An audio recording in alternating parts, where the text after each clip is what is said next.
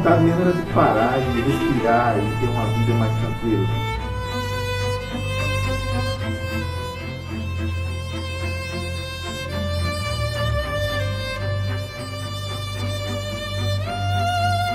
Começou tudo na nossa família, somente com os pais. O pai é um semi-analfabeto mais inteligente que eu conheço.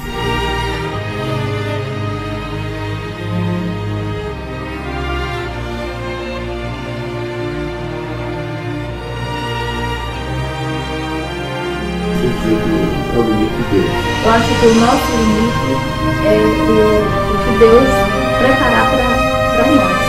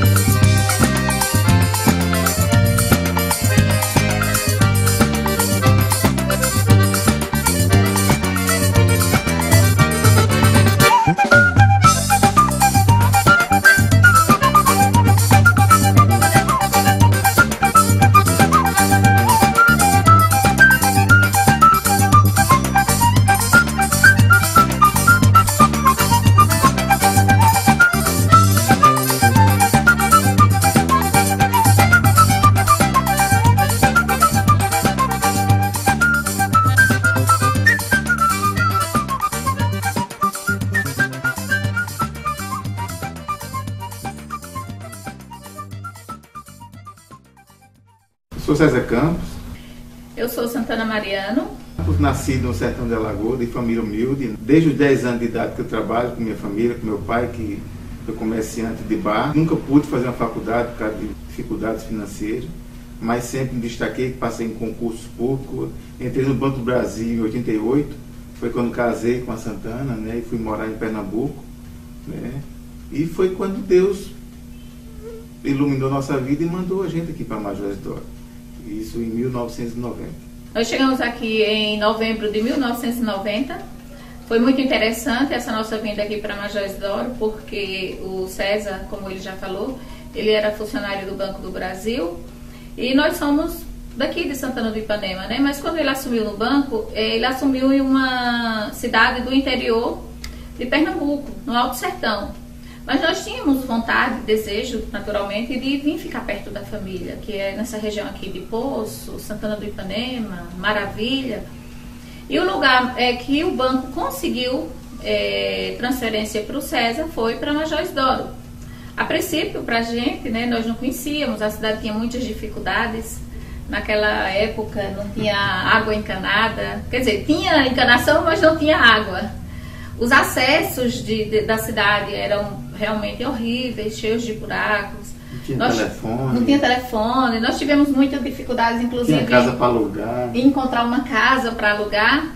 A nossa filha mais velha, ela tinha apenas 6 meses, né? Ainda ia fazer 6 meses. Superamos todas essas dificuldades e muito em breve, porque veja só, nós chegamos em novembro de 90, em junho de 91, nós já começamos a história das empresas. Né? Quando eu falo das empresas, que hoje são várias, mas naquela época, precisamente, deu-se início com a Casa dos Retalhos. Ou seja, né? O produto que a gente trabalhava era rentável. Né? Exatamente.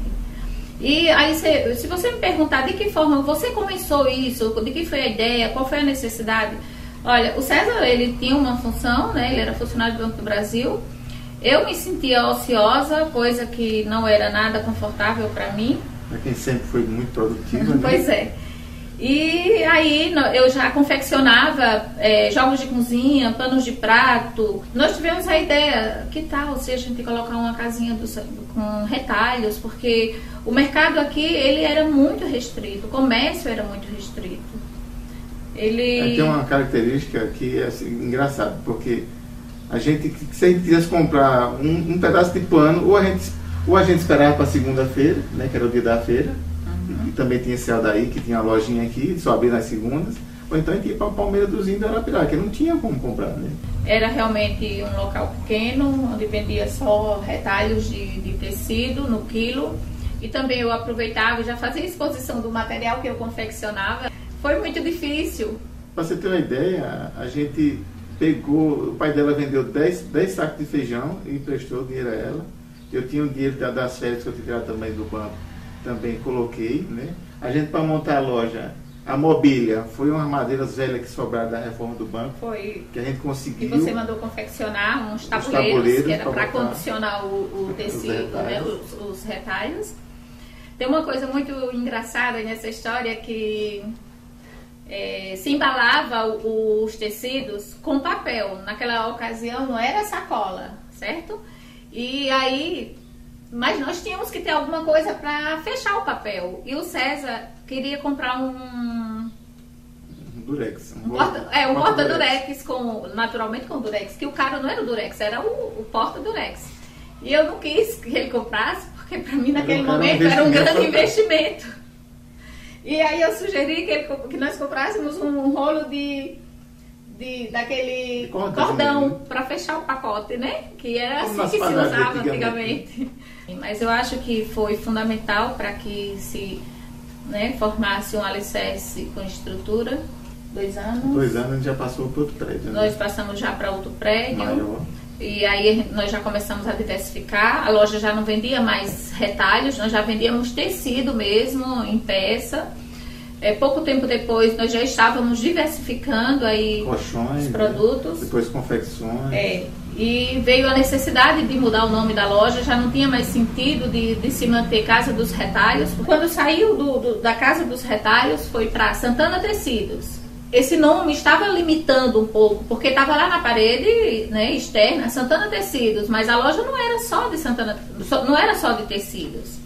Era uma loja já que tinha uma variedade de produtos, né, interessantes, como confecções, colchões, cama, mesa e banho, enfim. Aí foi quando veio a ideia, que tal acrescentarmos o center? Substituir, na verdade, né, o tecidos pelo center. E funcionou. Sabe, para quem vê hoje a Santana Center como ela é hoje, não tem noção do que a gente já passou. Quantas vezes as pessoas chegavam lá na Casa do Retalho e diziam: minha filha, tão bonzinho, mas não se cria não, né? Você tá lembrado? Sim. A palavra de conforto que tinha ali dar era isso. Minha filha, tá muito bonzinho, mas aqui na cidade não tem futuro não, nada se cria. Nós estávamos para mudar de prédio, porque onde nós estávamos já estava ficando pequeno. E uma senhora chegou, né, para mim e disse: minha filha, eu tô sabendo que você está querendo mudar para local tal. Olha, eu vou lhe dar um conselho, não vá não, que lá tudo que botam lá quebra. Lá é mal assombrado. Aí ela disse assim, siga meus conselhos, que eu sou da cidade, eu conheço. E aí aquilo deixa você meio que baqueado, né? Porque você diz, poxa vida, essa pessoa é da cidade, ela conhece a história da cidade. Na verdade, nada cai do céu. Pronto. Eu costumo dizer, o que pode cair do céu são as oportunidades, né?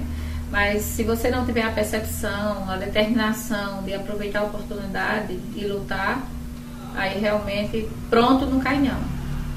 E aí a história das empresas tem assim muita coisa boa, mas também tem muitos momentos de dificuldade. Quem está de fora vê a Santana hoje, o César, os empresários de sucesso hoje, não tem noção do que a gente já passou. Eu lembro muito bem uma vez que a gente, cansado, muito cansado, a gente ficou com, sei lá, vontade mesmo era de parar e respirar e ter uma vida mais tranquila, né? Que a vida de empresário não é tranquila como as pessoas podem pensar, né? E foi preciso uma grande amiga nossa, que é psicóloga, disse assim, olha, Santana e César, vocês têm todo o direito de fazer o que vocês quiserem.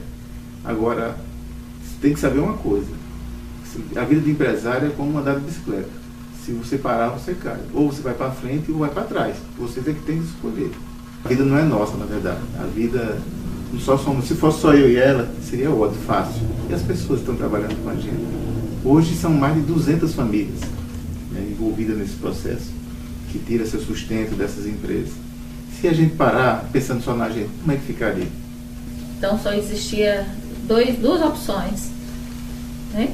Parar com a consciência do que isso ia trazer de consequência, ou enfrentar as dificuldades e seguir. E graças a Deus nós conseguimos seguir. Começou tudo na nossa família, principalmente com os pais. Os pais da Santana, que são agricultores, até hoje ainda são agricultores. Meu pai, que sempre foi um pequeno comerciante e que deixou uma herança maravilhosa para a gente, que foi o trabalho, a importância do trabalho, da honestidade e da idoneidade do ser humano. Eu costumo dizer o seguinte, que o meu pai é um semi-analfabeto mais inteligente que eu conheço na face da terra. Ele é uma pessoa calada, mas tem uma sabedoria que me impressiona. Eu lembro que ele falava, filha, você não pode comprar fiado e não pagar. Então isso são valores mesmo que ensina e que faz você se tornar um ser humano que, graças a Deus, hoje é o que a gente passa para as nossas filhas. Naturalmente, aí vem o restante da família, porque não para, né? Aí já vem os sobrinhos. A outra família, que são os funcionários. Os funcionários, é interessante que, se você ouvir depoimento de alguns deles, eles cansam de falar que a oportunidade que eles têm tido de aprender com a gente, de conviver com a gente, porque na verdade a gente não faz a função apenas ali de patrão, né? Não, quando a gente consegue ver aquele funcionário que quer aprender e de você estar ali ensinando além do que lhe compete, na verdade. Você é empresário, tudo bem, você não tinha que estar muito, digamos assim, preocupado com o teu funcionário como ser humano, mas não é assim. Eu costumo dizer o seguinte, que eu não acredito que você venha para essa passagem aqui por vir. Não é possível que você não venha com uma missão de deixar algo plantado, de fazer bem. Como o César falou, são mais de 200 famílias beneficiadas, então a cidade saiu daquele quadro que ela tinha. Hoje o comércio daqui é um comércio visado por cidades, inclusive, bem maior do que a gente. Quem viu Major Isidoro 20 anos atrás, quem vê hoje não ia pedir. Não, é verdade, as pessoas, isso atribui isso a gente, né? A nossa visão, a nossa coragem de empreender. O projeto de vir para aqui, para Major, não era nosso. Na verdade, né? Era um projeto muito superior.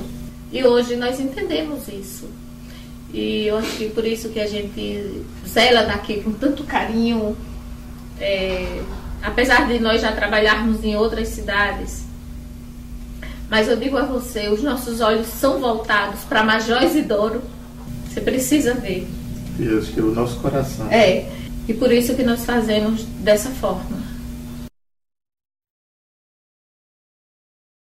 Se você perguntar a gente onde a gente quer chegar, qual é o nosso limite, eu não sei dizer. Só sei dizer que é o limite de Deus.